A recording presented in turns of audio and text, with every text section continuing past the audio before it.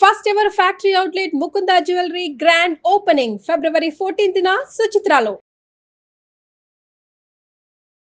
మహాశివరాత్రి శుభాకాంక్షలు రమ్మ గారు. సుమన్ టీవీ ప్రేక్షకులందరికీ అలాగే మీకు కూడా మహాశివరాత్రి పర్వదిన శుభాకాంక్షలు. రైట్. శివరాత్రి యొక్క విశిష్టత రమ్మ గారు. మహాశివరాత్రి అన్న పేరు ఎందుకంటే మనకి ప్రతి నెలలో కూడా శివరాత్రి వస్తూ ఉంటుంది కదా. మహాశివరాత్రికి ఉన్న విశిష్టత ఏంటంటే ఆ రోజు మనం ఎలాంటి పూజా విధానం పాటించాలి?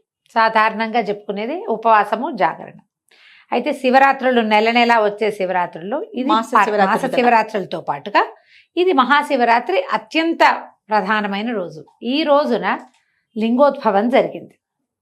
ఈ రోజున పరమశివుడు తన తాలూకు శక్తియుక్తుల్ని ప్రకటించాడు ప్రపంచానికి. ఆయన ఎంత ఆద్యంతరహితుడో ఈ రోజున తెలిసింది. అందుకని దీన్ని మహాశివరాత్రిగా పరిగణిస్తారు. ఇది ప్రత్యేకమైనది చెప్తారు కదా. అయితే శివ కళ్యాణం జరిగిందని అదని కాదు, బర్త్డేలు మ్యారేజ్ డేలు అనడానికి వీల్లేదు. దీనికి ముందు కూడా పరమేశ్వరుడు ఉన్నాడు, దీని తర్వాత ఉన్నాడు. ఈ పర్టికులర్ రోజున ఇట్లా అగ్నిస్తంభ రూపంలో పరమేశ్వరుడు కనిపించాడు. ఓకే. అందుకని ఈ రాత్రిని మహాశివరాత్రి అని మహాపర్వదినం అని చెప్తారు. ఇది ప్రత్యేకమైన గాథ. ఏటా ఏటా చెప్పుకుంటున్నాం, మళ్ళీ చెప్పుకుందాం తప్పకుండా. పురాణాల ప్రకారము మనకి సృష్టి స్థితి లయకారకులు బ్రహ్మ విష్ణు మహేశ్వరులు. అయితే ఇది సాధారణ గాథ.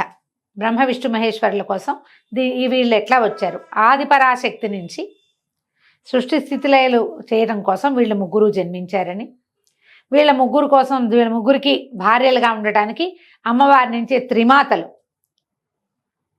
మహాలక్ష్మి, మహాసరస్వతి, మహాగౌరి అమ్మవార్లు ముగ్గురు, పార్వతీదేవి, లక్ష్మీదేవి, సరస్వతీదేవి ముగ్గురు అవతరించారని చెప్తారు.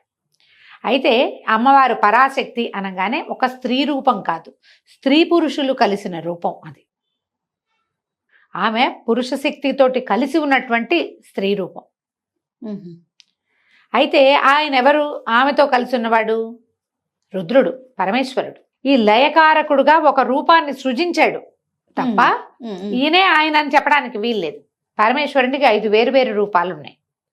ఆ రూపాలలో ఒకటి మనం త్రిమూర్తుల్లో చూసేది. అయితే ఏమైందట, ఒకసారి బ్రహ్మ విష్ణువు ఇద్దరు ఏదో మాట వచ్చింది.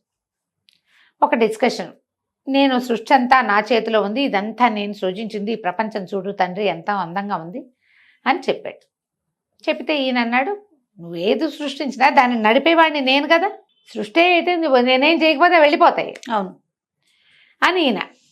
ఇద్దరు కొంచెం మాట పెరిగింది. మామూలుగా మాటల్లోనే పొట్టి మాటలు మాట్లాడుకుంటూనే వాదనలోకి దిగుతాయి.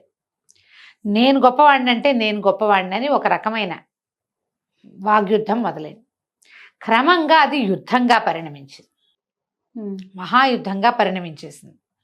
వీళ్ళిద్దరూ ఇట్లా యుద్ధం ఆడుకుంటున్నారు, యుద్ధానికి దిగుతున్నారని తెలిసి దేవతలు వెళ్ళి పరమేశ్వరుడికి విన్నవించారు, ఇక్కడ ఏదో జరుగుతోంది అని. అప్పుడు ఏమైంది, వీళ్ళిద్దరి యుద్ధం మధ్యలో హఠాత్తుగా వాళ్ళు ఉన్న చోట ఒక పెద్ద కాలుతున్నటువంటి ఒక స్తంభం లాంటిది ఉద్భవించింది. అది ఎట్లా ఉంది, అది ఎక్కడి నుంచి వచ్చిందో తెలియలే వాళ్ళకి, ఎక్కడికి పోతుందో అర్థం కాదు. ఒక స్తంభ రూపంలో ఉంది, మహాస్తంభం. అది అగ్నిస్తంభం. అది ఎందులోంచి పొగలు వస్తున్నాయి, మంట వస్తుంది. మంట మామూలుగా చూడు ఎలా వస్తుంది, ఏదైనా కాష్టాలు చెక్కలు కాలితే మంట కనపడుతుంది మనకి. ఇనపవి కాలినప్పుడు లేదా లోహం కాలితే మంట కనపడదు, అవును, పొగొస్తుంది అందులోంచి. ఒక సెగలు వెలువరుస్తున్నటువంటి అగ్నిస్తంభ రూపంలో దాంట్లోంచి జ్వాలలు కూడా బయటకు వస్తున్నాయి. అక్కడక్కడ ఒక స్తంభ రూపంలో కనపడ్డాడు. వచ్చింది స్తంభం. వచ్చేసరికల్లా ఇదేమిటి, ఎక్కడి నుంచి వచ్చింది? వీళ్ళిద్దరూ ఇంకా తమ పోట్లాట మర్చిపోయారు. ఈ కనపడుతున్న స్తంభం తమకంటే బలీయమైందని వాళ్ళకి అర్థమైంది. ఏం చేశారు ఇద్దరు, సరే నువ్వు పైకి వెళ్ళు, నేను కిందకి వెళ్తా. ఆద్యంతాలు ఇది ఎక్కడి నుంచి మొదలైంది, ఎక్కడికి వెళ్తోందో చూద్దాం అనుకున్నారు. విష్ణువు దాని యొక్క ఆదిని కనుక్కోవటం కోసం కింద వైపుకి ప్రయాణం చేశాడు గరుత్మంతుడికి. బ్రహ్మదేవుడు హంసవాహనం ఎక్కి పైకి బయలుదేరాడు. ఎంత వెళ్ళినా దాని తుది మొదలు తెలియలే. విష్ణువు కింద దాకా వెళ్ళి వెళ్ళి వెళ్ళి వెళ్ళి వెళ్ళి దాని ఆదిని నేను కనుక్కోలేకపోతున్నానని గ్రహించి ఇది నాకంటే బలవత్తరమైంది అని నమ్మి పైకి వచ్చేసాడు. ఈ పైకి వెళ్తున్నటువంటి బ్రహ్మదేవుడికి విసుగు పుట్టింది. కానీ ఇది తనకంటే బలమైందని చెప్పబుద్ధి కాల ఆయనకి. ఆ సమయంలో ఏమైంది, ఈ పైనుంచి ఒక మొగలి పువ్వు కిందకు వస్తోంది. అలాగే ఒక ఆవు కామధేను అని చెప్తారు, ఆమె కూడా కిందకు వస్తుంది. వస్తుంటే ఈయన ఏమన్నాడు, ఈ అగ్నిస్తంభాన్ని చూస్తూ వస్తున్నారు వాళ్ళు కూడా, అసలు ఆ మొగలి పువ్వు శివుడి మీద నుంచే రాలి పడిందని కూడా చెప్తారు. ఆయన జటాజూటంలో ఉన్నది ఆ పుష్పం రాలి పడింది అని. ఆయన్ని బ్రహ్మదేవుడు అడిగాడు వీళ్ళిద్దరిని, నేను దీని అంతం చూశానని చెప్తాను, మీ ఇద్దరూ నాకు సాక్ష్యం చెప్పండి అంటే, విధాత కదా ఆయన మాటకి వాళ్ళిద్దరూ ఒప్పుకున్నారు. ఆవు పువ్వు కూడాను కిందకు వచ్చారు. విష్ణువు నిలబడి ఉన్నాడు. అక్కడ దగ్గర బ్రహ్మదేవుడు కూడా వచ్చాడు. వచ్చేసాక నేను ఆదిని చూడలేదని విష్ణువు చెప్తే, నేను అంతాన్ని చూశానని బ్రహ్మదేవుడు చెప్పాడు. వీళ్ళిద్దరూ సాక్ష్యం అన్నాడు. మొగలి పువ్వు అవును అవును చూశాడు, ఈయన చూశాడు, నేను చూశానని. ఆవు తలకాయ ఊపి తోకతోటి చూడలేదని తోకతో అడ్డం తిప్పింది. ఈ అగ్నిస్తంభం మాయమైపోయి ప్రళయకాల స్వరూపంలో ఉన్నటువంటి రుద్రుడు అక్కడ ప్రత్యక్షమయ్యాడు. విష్ణువుని సంభావించాడు. నీ శక్తి తెలిసి ఉన్నావు, నువ్వు ఎప్పుడు నాతో పాటు నువ్వు పూజలు అందుకుంటావు, నీ పేరుతో పూజ చేస్తేనే కానీ ఆ పూజ నేను వల్లను, నువ్వు ఉండాలి ప్రతి పూజలో, నీతో పాటే నాతో పాటు నువ్వు, నీతో పాటు నేను అని చెప్పి బ్రహ్మదేవుడికి ఏం చెప్పాడంటే, నీకు పూజార్హత లేదు, నువ్వు అబద్ధం చెప్పావు కాబట్టి, సృష్టి చేసిన వాడివైనా నీకు దేవాలయాలు ఉండవు, నీకు పూజార్హత లేదు అని చెప్పి బ్రహ్మని పూజార్హత నుంచి తొలగించి, ఈ వీళ్ళిద్దరు ఉన్నారుగా, ఈ పువ్వును ఆవు కామధేను, పువ్వుకి ఏం చెప్పాడంటే, నువ్వు అబద్ధం చెప్పావు కాబట్టి, నువ్వు అబద్ధం చెప్పావు కదా, అందుకని నీకు ఇంకా పూజార్హత లేదు, ఎప్పుడు నా పూజలో నిన్ను వాడరు అనేసరికి అలా వలవలా ఏడ్చిందట మొగలి పువ్వు.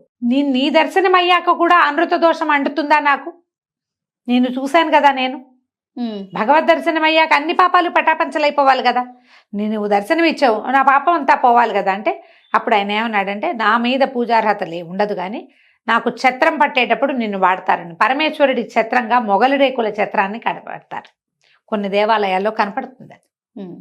అయితే మనం ఇలా చెప్పుకుంటాము, కానీ మనకి మొగలి రేకులతో పూజ చేసే ఒక శివాలయం మనకి హైదరాబాద్ దగ్గరలో ఉంది. అవునారు, కేతకి సంగమేశ్వర స్వామి దేవాలయం ఉంది, దాని గురించి మళ్ళీ చెప్తాం. రైట్.